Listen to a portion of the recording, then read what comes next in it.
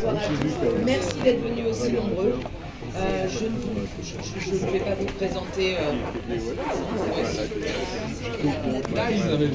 la seule. Donc Philippe Manoff, Jérôme Soligny, comme vous l'avez reconnu, ou l'inverse, je ne sais plus, mais je pense qu'il n'y a pas besoin de vous les présenter. Je pense que vous savez aussi pourquoi vous êtes venus. 3 magnifiques bouquins. Des sommes à chaque fois. On va voter à main levée pour savoir à qui on pose la première question ou on fait un pile ou face, je ne sais pas. Allez, à qui? À Philippe. Okay. Alors, Philippe, ce n'est pas le premier livre de discothèque idéale, là c'est la discothèque ultime. Comment aimer ce bouquin? D'où vient cette idée de refaire un nouveau bouquin avec plein de nouveaux textes? Alors, le livre la discothèque idéale était épuisée depuis 10 ans, donc on m'a proposé de le rééditer et j'ai regardé ce que j'avais fait en 2005, c'était en 2005, donc 20 ans après, et je me suis dit c'est pas possible, on ne peut pas rééditer ça tel quel, il faut retravailler ça complètement parce que à l'époque, j'avais laissé de côté tous les disques les plus connus en me disant mais ça tout le monde les connaît, tout le monde les a, essayons d'attirer l'attention du lecteur sur des disques un peu moins populaires. Et bon, à l'époque, je m'étais vraiment fait attaquer sur les réseaux par des gens qui trouvaient que par exemple Black Sabbath, il ne fallait pas mettre Black Sabbath, Bloody Sabbath, mais Paranoid. Et bien là, j'ai dit je vais leur chroniquer Paranoid. Je vais tout revoir ma copie et refaire ça. Voilà, j'avais fait le rock et folk. Voilà, j'avais fait le chef de rock et folk. Au moment de mettre David Bowie, j'avais mis Pin-Ups. Jérôme était vert. Que j'avais quand même pris pour la provocation. Oui, voilà. Donc là, je suis rentré dans le rang, j'ai mis Let's Dance et Ziggy Stardust. J'ai essayé de faire un livre pour l'avenir, pour qu'un jour, si mon fils retrouve ce bouquin, il sache ce qu'on a aimé, ce qu'on a défendu et pourquoi on s'est battu toutes ces années. Voilà, j'ai mis les chefs-d'œuvre du rock. Voilà. Alors moi, ce qui est très drôle, c'est que j'ai commencé à travailler avec Philippe il y a quelques années. Et la première chose qui donnait comme principe de base à tous ces journalistes, c'était tu as un meilleur ami auquel tu dois raconter la musique, à qui tu dois parler, c'est le lecteur. Et c'est ami lecteur, ce n'est pas la maison de disques, c'est pas l'artiste, c'est ami lecteur est le plus important. Donc ça, c'est un bouquin de passeur pour moi. Et j'aimerais bien connaître, tu nous expliques le rôle de passeur, l'importance que ça a pour toi de transmettre. C'est important parce qu'on ne rajeunit pas, parce que le rock est en train de s'en aller sur son cheval dans le soleil couchant, un peu comme Lucky Luke à la fin de l'album. Et donc il faut réunir nos forces. C'est pas le moment de baisser les bras et d'abandonner le fort. Voilà, j'ai eu envie de vraiment faire un livre Maus, un livre qui tienne le choc, comme Jérôme quand il a fait ses livres sur David Bowie. Je crois qu'on est arrivé à un âge de notre... on a été des provocateurs, on a été des rebelles, on a été des adolescents éternels, on était à nous tous le club des 27 vivants. Mais là, maintenant, j'ai 70 ans et je me préoccupe de ce que je vais laisser. Et j'avais envie de laisser un livre, de ranger la discothèque idéal, de parler des chefs-d'œuvre qui ont plu à tout le monde, parce que c'est ça la force du rock, c'est pourquoi il y a des disques qui ont séduit les Japonais, les Américains, les Français du Havre, les Français de Chalon-sur-Marne. Qu'est-ce qui se passait avec cette musique? Qu'est-ce qu'elle avait de si universel? Et c'est ça qui était magnifique, et voilà, j'ai essayé de tout rassembler. Et maintenant, pose une question à Jérôme Isabelle. Oui, et ben... Moi, je vais faire pipi. Moi, en fait, ce qui est drôle, c'est que dans ce livre... Ça sonne. Dans le livre de Philippe, il y a des textes signés Jérôme. Il y a aussi un texte d'Isabelle Cholet. Je n'allais peut-être pas. Si. Disons-le, ouais, c'est le meilleur. Non, ce que je voulais savoir, c'est que moi, je vous ai connus tous les deux en travaillant à Comfort. Et ce que j'aimerais savoir, c'est ce que vous nous êtes apporté pendant toutes ces années, la complicité qu'il y a entre vous. Qu'est-ce que vous vous êtes appris l'un et l'autre dans l'écriture en termes de passion, parce que ça, je trouve que c'est un truc assez incroyable. Lucas. Moi, en ce qui me concerne, je sais qu'il n'aime pas que je le dise, parce qu'en plus, j'ai une chemise rouge, alors si on j'en rajoute, mais je veux dire, moi, je ne suis pas un journaliste ni un auteur, je suis un musicien au départ, et je le revendique, même si je suis un petit musicien. Et le fait est que Philippe, grosso modo, pour faire très simple, je l'explique à un moment dans Réunionniste, je l'ai déjà expliqué, même dans Writing on the Edge, où Philippe avait écrit la préface. Moi, Philippe, c'est grâce à lui que il m'a vraiment mis le pied à l'étrier en tant que, je vais même pas dire journaliste rock, parce que chacun sait que je suis pas vraiment journaliste, j'ai pas de carte de presse, enfin, voilà, je fais ça, j'ai essayé d'avoir un parcours où j'essaie de survivre avec la musique et les mots, en tous les cas, c'est en partie grâce à Philippe, et effectivement, c'est Christian Lebrun qui m'avait tendu la main dans les années 80, qui était rédacteur en chef de Best, qui m'a fait faire le premier livre sur Bowie. Mais je me rappellerai toute ma vie quand Philippe est arrivé à la rédaction et il m'a dit sur un ton que j'avais du mal à comprendre, en tous les cas l'expression j'étais pas sûr de la comprendre, ou plutôt je la comprenais trop bien parce que ça sous-entendait que j'allais devoir quitter un peu l'Havre. Il m'a dit ouais, tu vas être mon grand reporter, tu vas partir dans des trucs incroyables et tout.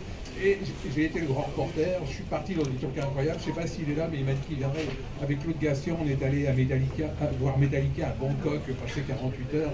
Pour quelqu'un qui avait mon profil musical, je vous assure que c'était pas une urgence d'aller voir Metallica à Bangkok. Et pourtant, je le dis toujours maintenant, c'est un de mes meilleurs souvenirs de reportage. Donc j'ai fait des trucs insensés, et c'est grâce au journal, et c'est grâce à la période où Philippe a été rédacteur en chef. Donc ça, c'est un... Voilà. Après, je crois qu'on est arrivé à un stade tous les deux où ça va au-delà du métier, entre guillemets. On sait ce qu'on aime, on sait ce qu'on sait faire, et moi ça m'arrive souvent d'avoir besoin de Philippe pour des choses qui ne sont pas forcément, enfin je veux dire, qui ne sont pas des choses qu'on voit écrites, mais voilà, et Philippe fait pareil quand il a passé quelques coups de fil à quelques copains qui écrivent sur la musique en disant tiens, tu veux pas nous faire ce titre, tu veux pas nous faire... Et là il n'y en a pas un qui a refusé, on est tous là, enfin voilà, on vit, on survit d'une passion, alors certains mieux que d'autres, hein, mais c'est quelque chose de très bizarre. Les gens qui pourraient penser une seule seconde qu'on a fait ça pour l'argent, je peux vous assurer que... Vous voyez ce que je veux dire, quoi. Ça, comme on a tout eu sauf l'argent. Voilà, c'est ça. Si, ça a peut-être enrichi des gens, mais nous on ne sait pas qui. Hein, voilà, quoi, franchement. Donc voilà, en fait on est des passionnés de musique, qui écrivons sur la musique, et puis je crois que les gens qui sont là aujourd'hui, ou les gens qui nous suivent, Philippe en pagaille, et puis moi j'ai toujours des drôles de témoignages. Depuis que je fais de la radio, Philippe on a fait depuis longtemps, mais depuis que je suis sur RTL, je suis hyper étonné de voir des gens qui envoient des messages à Éric Jean-Jean en train de lui dire dis-donc, Alice Cooper, c'est pas du tout ce qu'on croyait, quoi, voilà. Donc ça veut dire qu'on n'a pas fait pour rien, et je crois que c'est un peu ça qu'on a envie de laisser tous les deux. C'est pas forcément qu'on se dise ah putain on a laissé une putain de trace, mais voilà, au-delà de nos enfants, même déjà, on travaille tous les deux avec des jeunes, on a des amis tous les deux qui sont vachement plus jeunes que nous. Moi j'ai des amis plus jeunes que mes enfants, les illustratrices du projet Rainbowman qui sont pas là aujourd'hui, quand même, elles sont plus jeunes que mes enfants, donc voilà, ça veut dire qu'on n'a pas tout foiré. Ouais. Parce que quand on fait un journal rock, il faut faire confiance à la jeunesse. C'était notre mot d'ordre. Et moi, quand je suis arrivé, Rock et Folk était très mal. Il y avait un journal qui s'appelait Les Inrecuptibles qui cartonnait. Et donc je me suis dit, il faut que je m'appuie sur des musiciens. Et Jérôme, Vincent Palmer, Eric Dahan, c'était que des gens qui pouvaient monter sur scène à n'importe quel moment et nous épater. Je me suis dit, ça va être sur cette trilogie-là que je vais m'appuyer pour repartir. Et après, j'ai féminisé. Hein, après, j'ai trouvé des filles et des bataillons de filles qui nous ont rejoints. Voilà. Il y avait toujours un truc qui était important, c'était de ne pas écrire comme des rock critiques, mais d'essayer d'écrire le plus possible comme des écrivains. Et je trouvais qu'il y avait une espèce d'exigence qui a toujours été, après, très représentée par ces deux personnes-là, entre autres. Oui, c'est parce qu'il y a aussi une façon d'écrire sur le rock qui n'est pas, enfin en tous les cas en ce qui me concerne, et je pense que Philippe est d'accord avec moi, c'est qu'en fait il y a une école, je vais bien sûr citer personne, mais il y a une école de rock qui est vachement quand même dans la fabulation. Il y a des gens qui ont écrit sur le rock, des trucs qui ont été lus pendant des décennies qui n'ont pas vécu, hein, mais ça veut rien, c'était chouette à lire, hein, je veux dire, on peut citer un seul exemple qui est archi connu. c'est quand même que le film Saturday Night Fever a été écrit à propos d'un article qui en fait était d'une fiction. La personne qui a écrit le fameux article qui est au départ de Saturday Night Fever, c'est quelqu'un qui a inventé une histoire. Et quand le producteur des Bee Gees est venu voir en disant mais votre article est incroyable, il a dit oui, pas mon article, vous y allez un peu fort, c'est de la fiction. Et mais quand même ce que vous racontez, non, enfin voilà. Donc moi en revanche, et je sais que Philippe il est vraiment plus dans l'analyse des disques et tout ça, mais moi en revanche j'ai qu'une seule, il y a qu'un truc qui me passionne, c'est le factuel. C'est qu'est-ce qui s'est vraiment passé, parce que je pense souvent, et enfin, j'espère que ça transparaît dans ce que je relate, je pense que la réalité du rock est vachement plus forte que les mensonges du rock. Voilà, donc c'est ce que j'ai essayé de faire, et forcément avec la trilogie régionale, je ne pouvais pas faire pire, puisque j'ai effectivement donné la parole à des gens qui étaient là, comme on dit, who were there, comme disent les Anglais, et en fait, c'est pas tellement mon point de vue sur David Bowie, c'est les gens qui étaient avec David Bowie qui racontent comment il était, quoi. Donc c'est tout à fait autre chose.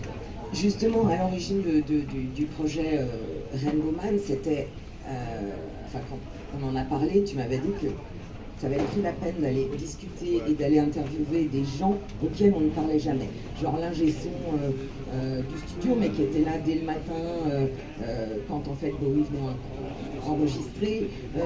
Toutes en fait ces personnes qui étaient jugées comme, on va dire, des petites mains, sans vouloir employer un terme péjoratif.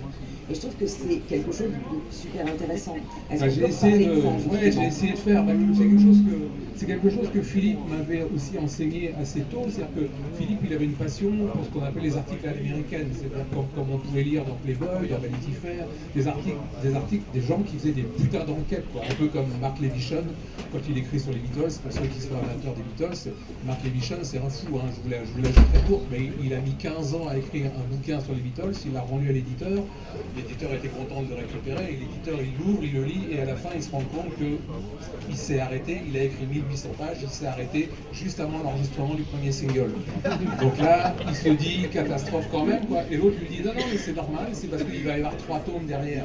Alors bon, ce que je veux dire, c'est qu'à partir du moment où on met un peu le doigt dans l'engrenage, et moi c'est ce qui s'est passé avec David Bowie, le responsable de Rainbow Man, c'est un éditeur en fait, c'est un éditeur qui m'a dit Jérôme, vous faites ce que vous voulez. Il savait que je voulais rien faire, donc il m'a dit vous faites ce que vous voulez. À un moment, il m'a dit vous faites ce que vous voulez, je pouvais tout faire. Et tout faire, c'était donner la parole aux gens qui avaient bossé avec lui, et effectivement élargir le spectre.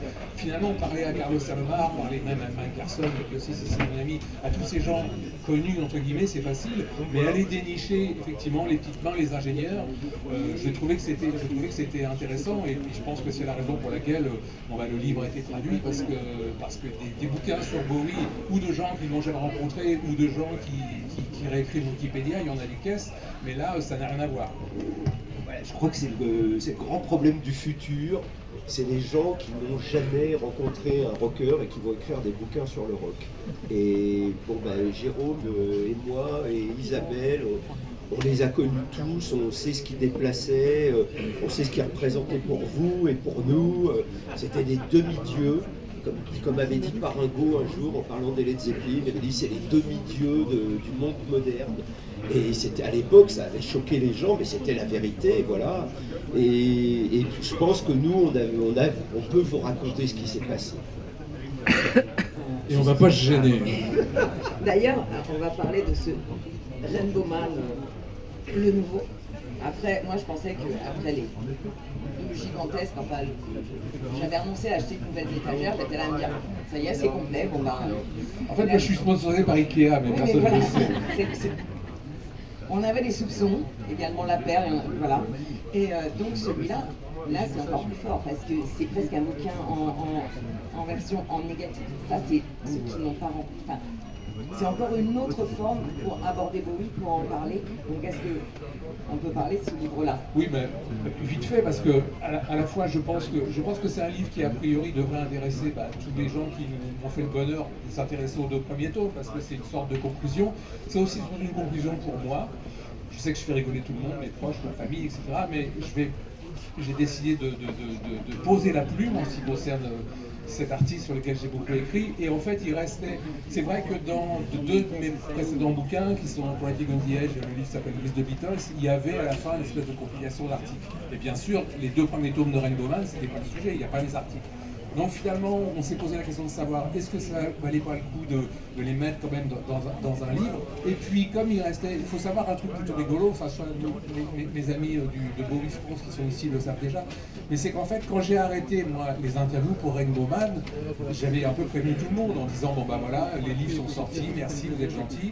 Et je vais être tout à fait honnête avec vous, la semaine dernière, j'ai encore interviewé quelqu'un, c'est-à-dire quelqu'un qui dit ben, j'aimerais bien quand même vous parler de Bowie parce que je l'ai bien connu. Je dis, mais vous êtes gentil, mais moi, mes 2 livres sont sortis. Je dis, oui, mais à la limite, vous savez, avec vous, on ne sait jamais. Donc, prenez mon témoignage, et puis on ne sait jamais. Alors, je suis hyper flatté, donc je prends le témoignage, bien sûr. Quoi.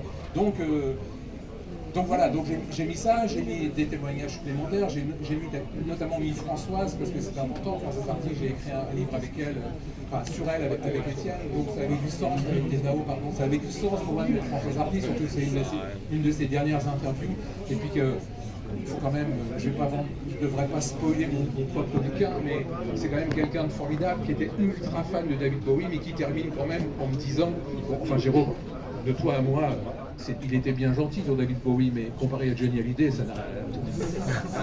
Voilà, à la fois c'est touchant, il n'y a pas de raison. Ouais, donc j'ai voulu avoir ce genre de choses-là. J'ai Jonathan Richman qui a écrit une chanson de Bowie à reprise sur Reality. En fait, j'ai souvent fait des choses que j'ai été étonné qu'aucun journaliste ait demandé à Jonathan Richman qu'est-ce que vous avez pensé de la version de votre chanson, pas sur Reality mais sur Heathen. En fait, c'est ce genre de travail que j'ai fait. Comme d'aller interviewer une des choristes de Walk on the Wild Side, qui est quand même une chanson absolument mythique, avec on apprenait des choses plus ou moins différentes sur Walk on the Wild Side. Et moi j'ai voulu vraiment que cette fille nous raconte l'enregistrement, puisqu'elle y était. Quoi.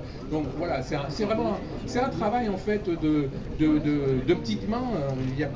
C'est un travail de fourmi, quoi. Mais j'espère que le résultat fait que les gens sont contents. Et puis en plus, ce qui s'est passé dans ce bouquin-là, c'est que honnêtement, à ma stupéfaction, ou plutôt à mon bonheur, je ne sais pas comment dire, mais sachant que je faisais ça, tous les proches, voilà, l'e-stay de Bowie, les gens à Londres, à New York, Tony Visconti, tout ça, ils se sont dit bon bah voilà, Jérôme il est en train de faire ça, et là tout d'un coup, en fait, on m'a offert, l'éditeur l'a pas payé, je ne sais pas s'il est là, mais il le sait bien, on n'a pas payé les illustrations qui sont dans ce livre-là. C'est-à-dire que j'ai sorti en 2024, un dernier livre sur Bowie dans lequel il n'y a aucune photo qui n'a jamais été vue nulle part, sauf effectivement la photo avec François, justement parce qu'elle était sur BowieNet.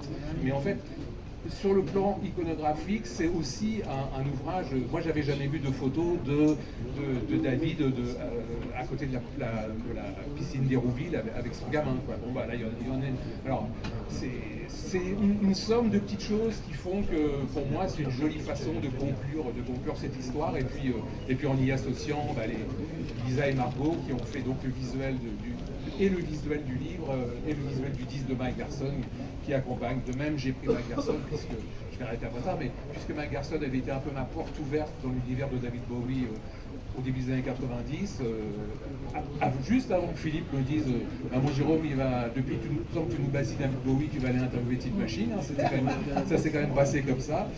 Et donc, on a sorti le vinyle de l'album de Mike qui existait depuis longtemps parce qu'on voulait aussi rendre hommage à Mike, qui au moment où je vous parle, j'en dis juste un mot pour pas ternir l'événement, mais ça va pas fort, puisqu'en fait même le quartier dans lequel il habite, qui est très très loin des incendies, en fait il est menacé par un crétin qui a allumé un feu pas très loin de chez eux.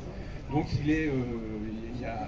cette nuit, il me disait qu'ils étaient prêts à évacuer éventuellement. Voilà où on en est. Ça c'est la touche la moins drôle, mais bon, il faut savoir qu'il y a beaucoup de gens que nous on aime et qu'on connaît qui sont Moby. Il y avait Moby sur Instagram qui a dit qu'il ne savait pas si sa maison allait partir ou pas. Enfin, tous nos amis de Los Angeles. Il faut savoir que il y a une façon où les infos ont un peu présenté en disant c'est les maisons des milliardaires qui se barrent, mais en fait il n'y a pas que ça, il y a effectivement des gens qui ont de l'argent, mais il y a aussi des gens normaux qui habitent à Los Angeles et qui n'ont pas d'assurance. Et qui n'ont pas d'assurance, et qui sont frappés par ça.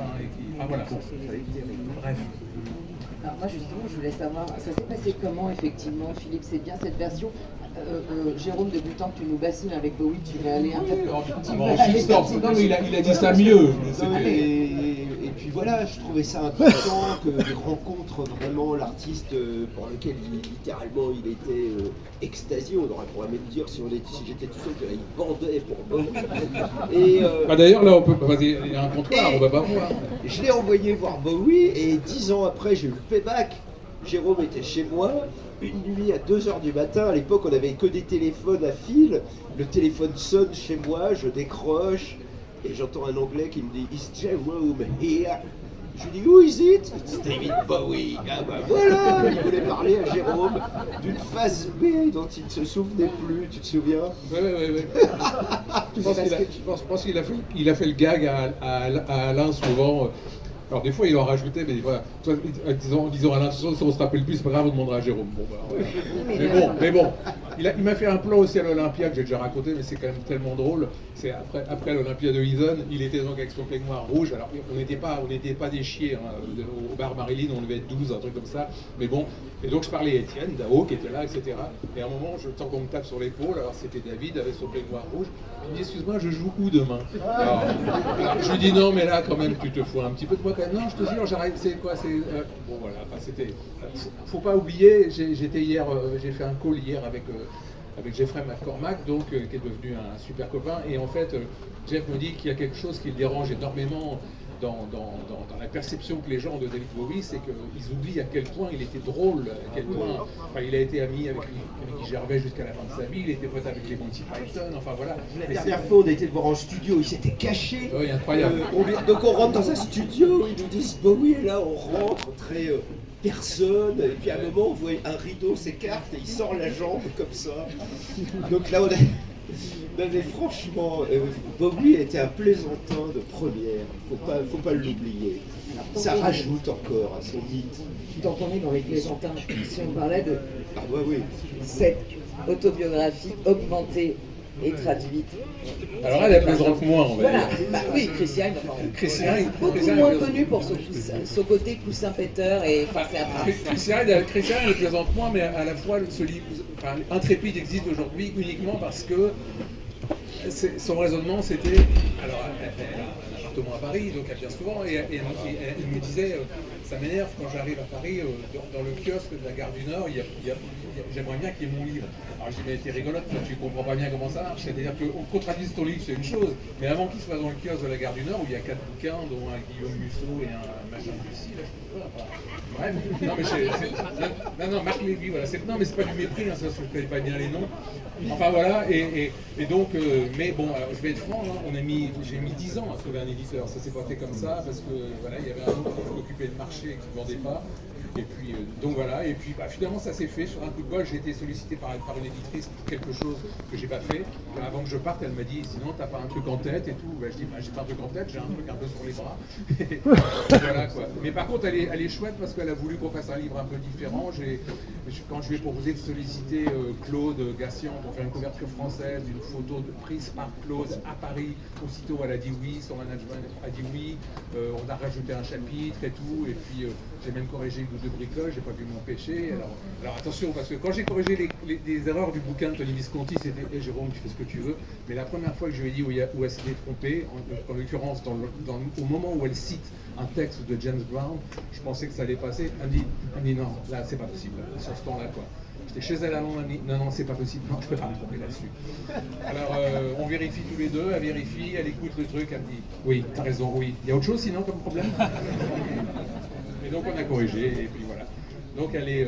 alors malheureusement, elle aurait pu faire un peu de promo, c'était prévu, l'éditrice aurait adoré, je le respecte tout à fait, mais Chrissy, elle a fait, comme vous savez, la date à Paris a été annulée, celle de Lyon la veille a été annulée, les prépareurs sont annulés, parce qu'elle était... elle a 72 ballets, et puis elle tourne énormément, et puis il faut savoir qu'elle adore jouer dans des petits clubs, hein. Elle a fait 2 maroquineries à Paris, c'était pas pour que les gens fassent la queue sur le trottoir, c'est parce qu'elle aime bien voir les gens. Alors forcément, quand vous êtes un concert de Christian et que vous n'êtes pas loin d'elle, et puis que vous sortez vos téléphones, puis qu'elle arrête de jouer parce que vous avez vos téléphones, vous dites merde, putain, j'ai du mal à croire qu'elle aime bien voir les gens. Mais c'est sa façon d'aimer voir les gens. Est-ce que tu... Ah, oui.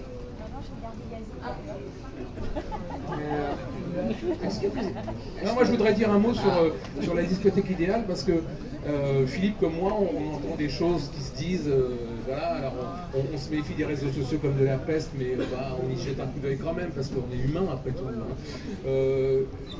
De même que en ce qui concerne Fred Bonus, il y a des gens qui disent mais qu'est-ce qu'il va encore nous dire sur qu'est-ce que je peux. Moi j'ai quand même des gens qui m'envoient des messages en disant mais je suis prêt à acheter votre livre, mais qu'est-ce que je possibilité à prendre par rapport aux deux autres.